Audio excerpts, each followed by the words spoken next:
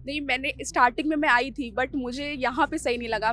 आपको कंफर्ट चाहिए, आप जहाँ पे कंफर्टेबल होके पढ़ सको। सेल्फ डाउट तो अभी भी आता है, अभी भी आ रहा है। अगर रख सकते हो सेकंड ऑप्शन तो रखना चाहिए। प्लान भी है बट प्लान ए पे ही जाना है। मेरा भी मैथ्स बैकग्राउंड है बट मैंने इस वाले अटेम्प्ट में अच्छे से करा था। मैंने कोई क्लासेस नहीं ली है, यूट्यूब पे मटीरियल है उसी से किया है। हेलो एस्पिरेंट्स, आज हमारे साथ हैं रितुल मैम जो अभी अभी अपना यूपीएससी इंटरव्यू देकर आई हैं। तो first of all congratulations ma'am. Thank you so much. Ma'am आप अपना सबसे पहले थोड़ा सा एजुकेशनल बैकग्राउंड बता दीजिए और आपका ये कौन सा अटैम्प्ट था एंड इंटरव्यू कौन सा था।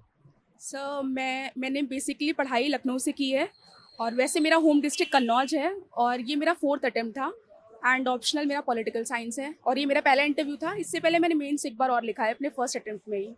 तो मैम आपका ओवरऑल इंटरव्यू एक्सपीरियंस कैसा रहा, अच्छा रहा या फिर और अच्छा कर सकती थी। मुझे लग रहा है और अच्छा कर सकते थे बिकॉज मॉक से काफ़ी डिफरेंट था एंड मेरे ग्रेजुएशन पे बहुत हो गया जबकि मैंने पीजी भी कर लिया है तो फिर थोड़ा सा उस तरीके से देखा जाए तो थोड़ा डिफरेंट हो गया। मैम आपका ऑप्शनल जैसे पीएसआईआर रहा तो वो बहुत ही डायनेमिक है, उसमें काफ़ी करंट की चीज़ें भी इंक्लूड होती रहती हैं। तो आपने पीएसआईआर को कैसे कवर किया, क्या स्ट्रेटजी रही। पहले तो मैंने पीएसआईआर के लिए क्लासेस ली थी, उसके बाद फिर वही करंट अफेयर से मैगजीन्स वगैरह से एंड रिसेंटली मैंने पीजी भी कंप्लीट किया इग्नू से, तो उससे भी काफ़ी हेल्प मिला मुझे। मैम पीएसआईआर के क्या क्या रिसोर्सेज अवेलेबल हैं जो आपके अकॉर्डिंग स्टूडेंट्स को बहुत ज़्यादा हेल्प कर सकते हैं। मैंने तो मैम का फॉलो किया था, शुभ्रा मैम का, और वहीं से क्लासेस ली थी तो वही फॉलो किया। उसके अलावा क्योंकि मैंने अभी इग्नू का पढ़ा तो इग्नू का मटेरियल भी बहुत हेल्पफुल रहा मेरे लिए। एंड मैम आपने लखनऊ में रह के तैयारी की तो आपने कोई कोचिंग ज्वाइन कर रखी थी या फिर सेल्फ स्टडी। कोचिंग ज्वाइन करी थी मैंने, फिर फर्स्ट अटेम्प्ट के टाइम उससे पहले करी थी, उसके बाद से नहीं करी, उसके बाद सेल्फ स्टडी कर रही हूँ।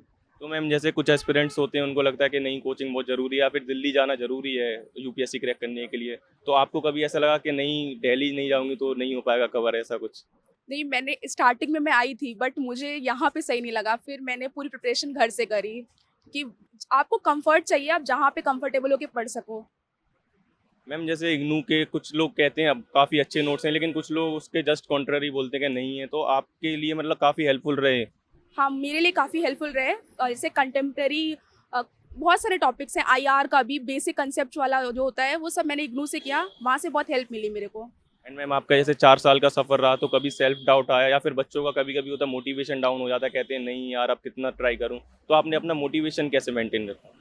सेल्फ डाउट तो अभी भी आता है, अभी भी आ रहा है, तो ये तो कुछ नहीं कह सकते बट वही है कि करना है तो लगे रहो जब तक कर सकते हो एंड अगर रख सकते हो सेकेंड ऑप्शन तो रखना चाहिए। एंड मैम आपका प्लान बी क्या रहा इसके दौरान। अभी मैं रिसेंटली यूपी में लेखपाल पे सेलेक्टेड हुई हूँ, तो प्लान भी है बट प्लान ए पे ही जाना है। अभी तो ये बस एक है कि कुछ होना चाहिए बैकअप। एंड मैम आपने जीएस को कवर कैसे किया, फिर जीएस कवर करने के लिए सबसे बेस्ट स्ट्रेटजी क्या रहेगी।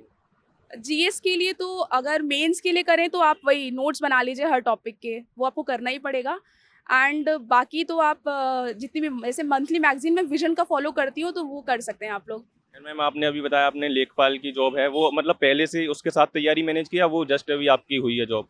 अभी सिलेक्शन हुआ है, उसकी कोई तैयारी नहीं करी थी मैंने, इसी की बेसिस पे दे दिया था बिकॉज काफ़ी चीज़ें आप जनरल होती हैं आप कर लोगे, उस टाइप से था। एंड मैम आपको कभी सी सेट में कोई समस्या आई क्या, जैसे कुछ लोग जो मैथ्स बैकग्राउंड है उनको भी दिक्कत आ जाती है, आपने अपना सी सेट कैसे कवर किया। मेरा भी मैथ्स बैकग्राउंड है बट मैंने इस वाले अटेम्प्ट में अच्छे से करा था। मैंने कुछ यूट्यूब पे फ्री क्लासेस अवेलेबल हैं, मैंने वहाँ से वो करी थी। एंड मैम कोई टीचर आप सजेस्ट करना चाहें सी सेट के लिए भी। मैंने कोई क्लासेस नहीं ली हैं, यूट्यूब पे मटेरियल है उसी से किया है।